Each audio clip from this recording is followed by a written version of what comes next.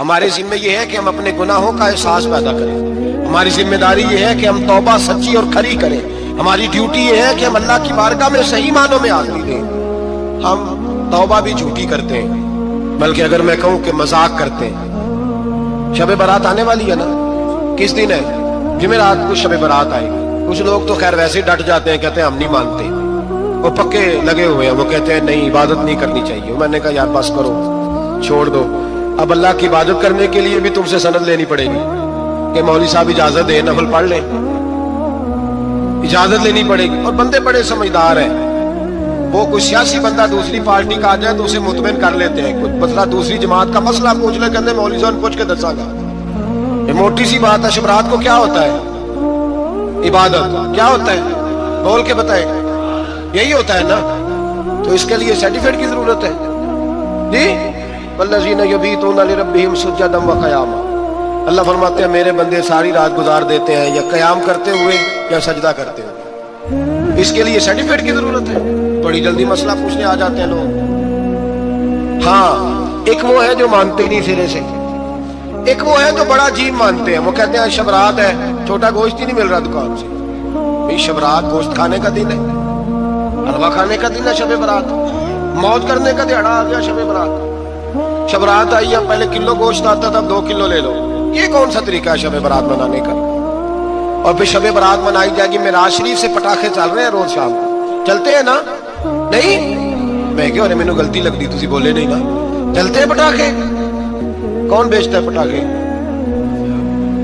ہندو، سکھ، یہودی. چلاتا کون ہے؟ کس نے کہا چلانے؟ اس میں کوئی کسی فرقے کا بھی اختلاف نہیں ہوتا. ڈرنا چاہیے اللہ پاک سے. اللہ جہنم کی آگ ٹھنڈی کرتا ہے، ہم جلاتے ہیں شبرات. رب فرماتا ہے ٹھنڈی ہوگی ہم جلا رہے ہیں. بچے پٹاخوں کے پیسے پڑوسی سے لے کے آتے ہیں کہ ہم سے لیتے ہیں؟ ہم منع کیوں نہیں کرتے؟ جوتے نہ پالش کرنے پہ تو تھپڑ لگتے ہیں، تو پٹاخے والے بچے کو نہیں پوچھا جا سکتا؟ باپ کی ذمہ داری ہے. اور محدثین نے مسئلہ لکھا ہے اگر بچہ نابالغ کوئی غلطی کرتا ہے تو اس کا باپ ذمہ دار ہے، جواب دے اس کی جگہ. ان کو سمجھائیں. شب برات آئے گی، پھر توبہ ہوگی. ہر مسجد سے رونے کی آواز آئے گی. زور زور سے لوگ روئیں گے، تڑپیں گے. اجتماعات ہوں گے، بڑے بڑے اجتماعات ہوں گے. توبہ کریں گے لوگ، کریں گے نا انشاءاللہ تعالی. آئیں گے نا لوگ مسجدوں میں. پھر سویرے جھوٹ بند ہو جائے گا نا.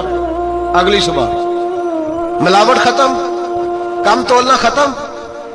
یہ کیسی توبہ ہے؟ وہ دکاندار جو شبرات والے دن غلط سوجی فروخت کر رہا ہے، ملاوٹ والی چینی بیچ رہا ہے، تاکہ دوائیوں میں دھوکہ دیتے ہیں لوگ. دوائیوں میں دھوکہ دیتے ہیں. ایک ڈاکٹر خود مجھے کہنے لگے، وہ میرے دوست ہے، ہلکا پھلکا کورس کیا ہوا ہے.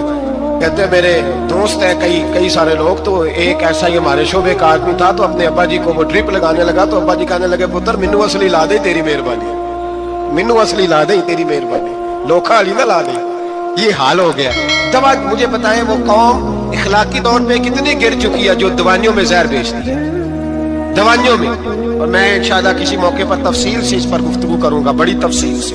میں نے بہت سی معلومات اکٹھی کی ہیں کہ کتنا ظلم کرتے ہیں یہ لوگ. لکھنے والے بھی، لانے والے بھی، بیچنے والے بھی کتنے بڑے مجرم ہیں. صحت کے ساتھ کھیلتے ہیں. صحت 12 لام دام برسرے. مطلب جس آدمی نے دھوکے کا مال لا کے رکھا ہے شبرات والے دن کے رات توبہ بھی کرنی ہے اور سویرے یہ بیچنا بھی ہے، وہ توبہ کرنے آیا.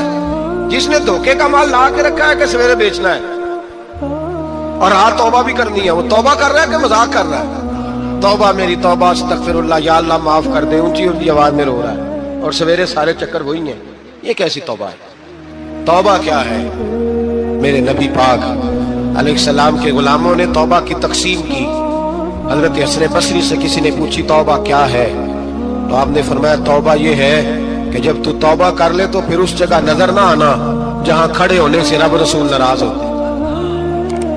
اور فرمایا توبہ یہ ہے کہ جب تو نے توبہ کر لی پھر وہاں سے غیر حاضر نہ ہونا جہاں حاضری کا تجھے اللہ رسول حکم دیتے ہیں. یہ تیری توبہ ہے. اور اگر تو ایسا نہیں کرتا پھر تو نے توبہ نہیں کی، پھر تو نے مذاق کیا. میرے بھائی رحمت الہی آواز دیتی ہے کہ طرف رجوع کریں، دوڑیں اور رحمت کی امید رکھ کے آئیں. یہ سمجھ لیں کہ اللہ پاک، میں ایک بات اکثر کرتا ہوں، نبوت کا دروازہ بند ہوا ہے.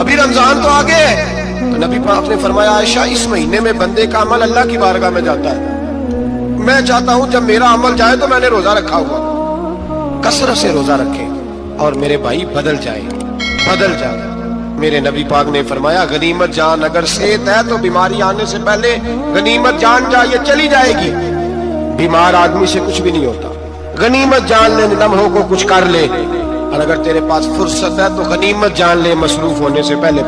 میرے حبیب کریم سید عالم علیہ السلام کے غلام فرماتے ہیں کہ نبی پاک صلی اللہ علیہ وسلم نے ہمیں مثال دے کے سمجھایا۔ مدینے میں جو قبیلہ سب سے زیادہ بکریاں پالتا تھا وہ بنو کلب کا قبیلہ تھا، اور فرماتے اتنی بکریاں تھی کہ ان کی بکریاں ہم نے کبھی نہیں گنی تھی۔ نبی پاک علیہ السلام نے فرمایا جب شعبان کی 15ویں رات آتی ہے، یہ ترمذی کا لفظ ہے، فرمایا جب شعبان کی 15ویں رات آتی ہے تو بنو کلب کے قبیلے کی بکریوں کے بالوں کی تعداد کے مطابق اللہ میری امت کے افراد کی بخشش فرما دیتا ہے۔ اور صحابہ کہتے ہیں ہمیں لگتا یوں ہے کہ چونکہ ہم نے جو چیز سب سے زیادہ دیکھی تھی وہ بنو کلب کی بکریاں تھی، اس لیے نبی پاک نے ہمیں سمجھانے کے لیے ان کی بات کی، ورنہ اگر ہم نے اس سے زیادہ کوئی شے دیکھی ہوتی تو نبی پاک اس کا نام بیان فرماتا۔ ہمیں سمجھانے کے لیے فرمایا بنو کلب کے قبیلے کی بکریوں کے بالوں کی کسی ایک بکری کے بال بھی بندہ گن سکتا، اور حضور نے فرمایا جو سب سے زیادہ بکریاں پالتے ان کی تعداد کے مطابق حضرت عائشہ صدیقہ رضی اللہ تعالیٰ عنہ فرماتی ہے جنت البقیع میں حضور جایا کرتے، قبرستان میں، قبرستان کے کونے میں اللہ کے رسول کو میں نے نماز پڑھتے بھی دیکھا 15ویں رات کو، اور فرماتی ہے حضور بقیع والوں کے لیے بخشش کی دعا بھی کرتے، قبرستان بھی جائیں شب برات کو ان کے لیے دعا بھی کریں، اور پھر میرے بھائی شب برات کو للہیت کے ساتھ آئیں، لوٹنے کا پروگرام بنائیں، اس سے قبل کے رب کریم خود جکڑ کے لے آئے، خود بخود آئیں، اس کے کرم کی طرف توجہ کریں، اس کی رحمت کی طرف توجہ کریں۔ میرے رسول کریم صلی اللہ علیہ وسلم کے پاس ایک دیہاتی آئے، مولا علی شیر خدا فرماتے میں بھی حاضر تھا، کہتے کبھی کبھی سادے بندے آتے تھے پر بڑی عجیب ہی بات کر جاتے تھے۔ کہتے ایک دیہاتی آئے، تامت باندھی ہوئی اور سادہ سا رومال کندھے پہ رکھا ہوا ہے، نبی پاک کے پاس آئے اور حضور سے دل لگی کرنے لگے، حضور سے دل لگی کرنے لگے، میٹھی باتیں کہنے لگے یا رسول اللہ ایک مسئلہ پوچھنے آیا ہوں۔ فرمایا پوچھو۔ عرض کرتے ہیں حضور قیامت میں حساب کون لے گا؟ قیامت میں اب کس کو نہیں پتا کون حساب لے گا، دل لگی کی بات ہے، کون لے گا؟ نبی پاک نے فرمایا اللہ حساب لے گا۔ تو کہتے ہیں اس نے نا اور جملہ کہا تو ہم اس کی بات پہ حیران ہو گئے، کہنے لگے یا رسول اللہ واقعی اللہ حساب لے گا؟ تو کہتے ہیں نبی پاک مسکرائے، فرمانے لگے تجھے تیری ماں روئے میں سچی تو کہہ رہا ہوں، تو کس طرح کی بات کر رہا ہے، اللہ حساب لے گا۔ حضرت علی فرماتے ہیں اس نے رومال اٹھایا کندھے پہ رکھا، کہنے لگے یا رسول اللہ اگر رب حساب لے گا تو پھر اس نے معاف ہی کر دینا۔ یہ کہہ کے وہ چلا گیا، یہ لفظ کہہ کے وہ چلا گیا۔ حضرت مولا علی کہتے ہیں میں نے حضور کا چہرہ دیکھا تو گلاب سے بھی زیادہ کھلا ہوا تھا، میں نے نبی پاک کا چہرہ دیکھا تو چاند سے بھی زیادہ روشن تھا۔ میں نے کہا حضور یہ کیا کہہ گیا ہے؟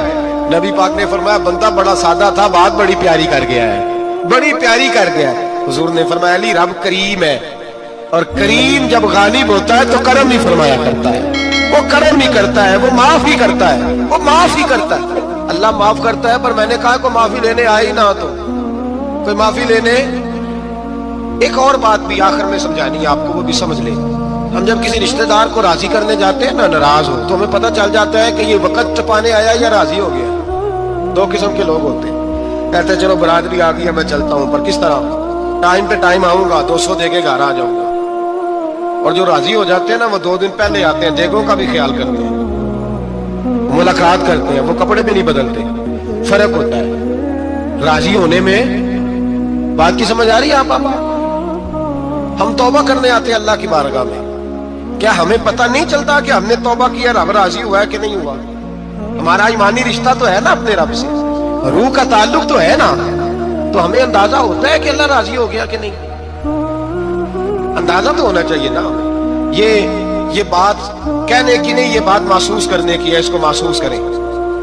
ہم جب اللہ کی بارگاہ میں آئے تو پھر ہمیں اندازہ ہونا چاہیے کہ میں نے منا لیا ہے کہ نہیں منا سکا، میں اس کو راضی کر کے اٹھ رہا ہوں کہ نہیں اٹھ رہا۔ اگر بغیر راضی کیے اٹھے ہو تو پھر فارمیلٹی کرنے آئے تھے، پھر راضی کرنے نہیں آئے تھے۔ حضرت فضیل ابن عیاض رحمت اللہ تعالی علیہ فرماتے ایک دن میں نے سر سجدے میں رکھا اور میں نے کہا خدا بندہ آج مجھے پتا چلے گا کہ تو مجھ سے راضی ہے کہ ناراض ہے، تو پھر ہی میں اٹھوں گا۔ آپ فرماتے ہیں مجھے چاروں کونوں سے آواز آنے لگی کہ تیرا رب راضی ہو گیا، اور فرماتے ہیں جس جگہ میں سجدہ کر رہا تھا وہ زمین بھی بولنے لگے کہ بس کر دے، عرش کا مالک تجھ سے راضی ہو گیا ہے۔ لیکن شرط یہ ہے، حضرت حبیب اجمی رحمت اللہ علیہ فرماتے ہیں میں سود کا کاروبار کرتا تھا توبہ کرنے سے پہلے، کئی دفعہ میں نے توبہ کی تھی، لیکن میری اس توبہ کے اندر صداقت نہیں ہوتی تھی۔ میرا دل بھی گواہی دیتا تھا کہ یہ نا بہت سارے بندے کہتے ہیں آئندہ نہیں کرتا، وقت ٹپاتے ہیں، جس طرح بندوں کو دھوکہ دیتے ہیں اس طرح معاذ اللہ توبہ بھی اسی طرح کی کرتے ہیں، لیکن بعد میں دوبارہ اسی ڈگر پہ چل نکلتے ہیں جس میں پہلے ہوتے ہیں۔ آپ فرماتے ہیں میں کئی دفعہ توبہ کرتا تھا تو توڑ دیتا تھا۔ آج میں نے توبہ کی، کس طرح کی؟ سود کا میں دھندا کرتا تھا تو میں سود کے پیسے لایا، گوشت پکنے کو دیا بیوی کو، سود کے پیسوں کو دیا، میری بیوی نے ہنڈیا چڑھائی، تھوڑی دیر گزری تو وہ سارا گوشت خون بن گیا۔ میری بیوی اٹھا کے لائی، کہنے لگی لے جائیے جو تو غریبوں کا خون نچوڑ کے لایا تھا نا، یہ خون بن گیا، خود بھی پی اور اولاد کو بھی پلاؤ۔ کہتے ہیں میں نے سچی توبہ کا فیصلہ کیا۔ آج پہلے میں سچی توبہ کا ارادہ نہیں کرتا، آج سچی توبہ کا فیصلہ کیا اور میں نکلا، حضرت حسن بصری کے پاس گیا، ان کی بیعت ہوا، توبہ کی، انہوں نے مجھے اعمال